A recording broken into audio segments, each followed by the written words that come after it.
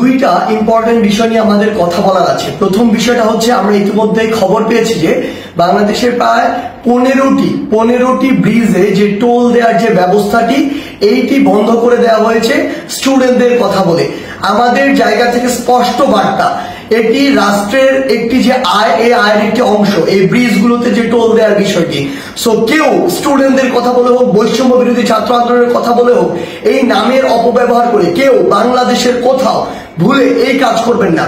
প্রত্যেকটি ব্রিজে টোল দিবে, এমনকি বৈষম্য বিরোধী ছাত্র আন্দোলনের ব্যানারে কোনো যদি ত্রাণের ট্রাকও বাংলাদেশের যে কোনো জায়গায় যায়, সেই ট্রাকও টোলের টাকাটি দিয়ে তারপরে যাবে। কারণ এই রাষ্ট্রকে যদি আমরা স্টেবল করতে চাই, আমার রাষ্ট্রের যে অর্থনৈতিক অবস্থা সেটিকে আগে স্টেবল করতে হবে। কিন্তু ক্ষমতার অপব্যবহার করার যে নোংরা সংস্কৃতি ছিল এত বছর ধরে, এখন আপনি যদি সামান্য কিছু একটি অস্থিতিশীল অবস্থা দেখে আবার সেই ক্ষমতার অপব্যবহার করেন এবং আপনার কথা মতো কোনো একটি জায়গায় ব্রিজে টোল দেওয়া বন্ধ করে দেন কিংবা কোনো একটি স্টিকার দেখে পার হয়ে যান, এটিকে আমরা কোনোদিনও সমর্থন করি না। আমাদের জায়গা থেকে স্পষ্ট বার্তা, অবশ্যই প্রত্যেকটি ব্রিজে এই টোল যেটি সেটি টোল দিয়ে যেতে হবে। এবং আরেকটি হচ্ছে যেটি, যখন এই ব্রিজে কোনো একটি গাড়ি এভাবে ত্রাণের কথা বলে বা অন্য কোনো প্ল্যাটফর্মের কথা বলে টোল ছাড়া চলে যাচ্ছে, আরো অনেক গাড়ি আসলে টোল ছাড়া এভাবে ওই গাড়ির সাথে চলে যাচ্ছে। এই যে অপসংস্কৃতিটি কিংবা ক্ষমতার অপব্যবহারের যে নোংরা বিষয়টি, এটি আমরা কখনোই সমর্থন করি না। রাষ্ট্রের যে আয়ের সেক্টর গুলো রয়েছে সেগুলো সুন্দরভাবে চলতে হবে রাষ্ট্রের সুন্দরভাবে চলার জন্য। আরেকটি গুরুত্বপূর্ণ বিষয় যেটি আমরা দেখতে পাচ্ছি, বিগত 16 বছরে আওয়ামী লীগ ফ্যাসিস্ট সরকার কি করেছে, তার ক্ষমতার অপব্যবহার করেছে। আওয়ামী লীগ বাদে অন্যান্য যত রাজনৈতিক দল ছিল, ওই রাজনৈতিক দলগুলোকে বিভিন্ন মিথ্যা মামলা দিয়েছে, হয়রানি করেছে, চাঁদাবাজি করেছে কিংবা তাদেরকে এলাকা ছাড়া করেছে, যেটিকে আমরা কখনোই সমর্থন করি না। বলি আজকে 16 বছর পরে হলেও ছাত্র জনতার গণ অভ্যুত্থানের মধ্য দিয়ে আওয়ামী লীগের পতন হয়েছে, আওয়ামী লীগ দেশ ছাড়া হয়েছে। কিন্তু আজকে যদি এই গণ অভ্যুত্থানের পরেও আমরা দেখি অন্য কোনো একটি দল বা অন্য কোনো একটি দলের নেতাকর্মীরা ঠিক একই কাজটি করে, তাহলে আপনারা এই আওয়ামী লীগ থেকে কি শিক্ষা নিলেন? একটা জিনিস মনে রাখবেন, আমরা আসলে এই নির্যাতকের পরিবর্তন চাই না, আমরা এই নির্যাতনের যে সিস্টেমটি সেটির পরিবর্তন চাই।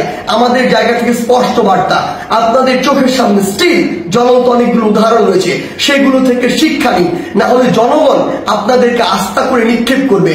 আমরা যেন এটি না দেখি যে কাউকে আবারও মিথ্যা মামলার ওই চক্রটিতে যেতে হচ্ছে, কাউকে আবারও কোনো দোষ ছাড়া বিনা দোষে ঘর বাড়ি ছাড়া করা হচ্ছে, ঘর বাড়ি ভেঙে দেওয়া হচ্ছে কিংবা তাদেরকে নির্যাতনের শিকার করা হচ্ছে, কিংবা আমরা শুনছি দেশের বিভিন্ন জায়গায় একটি চাঁদাবাজির নতুন চক্র গড়ে উঠছে। আমরা আপনাদেরকে স্পষ্ট করে বলতে চাই, আমরা আমাদের জায়গা থেকে বৈষম্য বিরোধী ছাত্র আন্দোলন এই সকল ক্ষমতার অপব্যবহারের বিপক্ষে, এবং আমরা এগুলোর বিপক্ষে সবসময় কথা বলে যাব। আপনাদের সহ আপনাদের যারা স্টেক হোল্ডার রয়েছে, যারা আপনাদেরকে এগুলো করার জন্য আসলে উৎসাহ দেয় কিংবা আপনাদের ওই সমর্থক গোষ্ঠী যারা চুপ করে থাকে, তাদেরকে বলছি, জনগণ যদি একবার এই সকল সেন্টিমেন্টের বিরুদ্ধে দাঁড়িয়ে যায়, তাহলে আপনাদের অস্তিত্ব সংকটে পড়বে। তাই জনগণের চাওয়াটার কথা চিন্তা করুন, সময়ের দাবির কথা চিন্তা করুন। যদি আপনার নাম ভাঙিয়ে কিংবা আপনার কেউ একজন রুট লেভেলে এই কাজগুলো করে, দিন শেষে ব্লেম কিন্তু আপনার উপরেই আসে।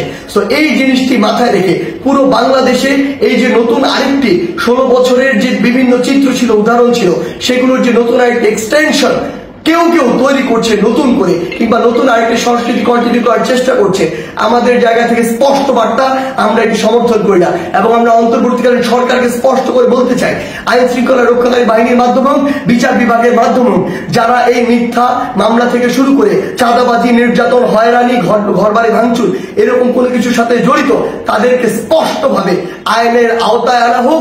বৈষম্য বিরোধী ছাত্র আন্দোলনের পক্ষ থেকে কিংবা ছাত্র জনতার পক্ষ থেকে এর প্রতি পূর্ণ সমর্থন রয়েছে। ধন্যবাদ।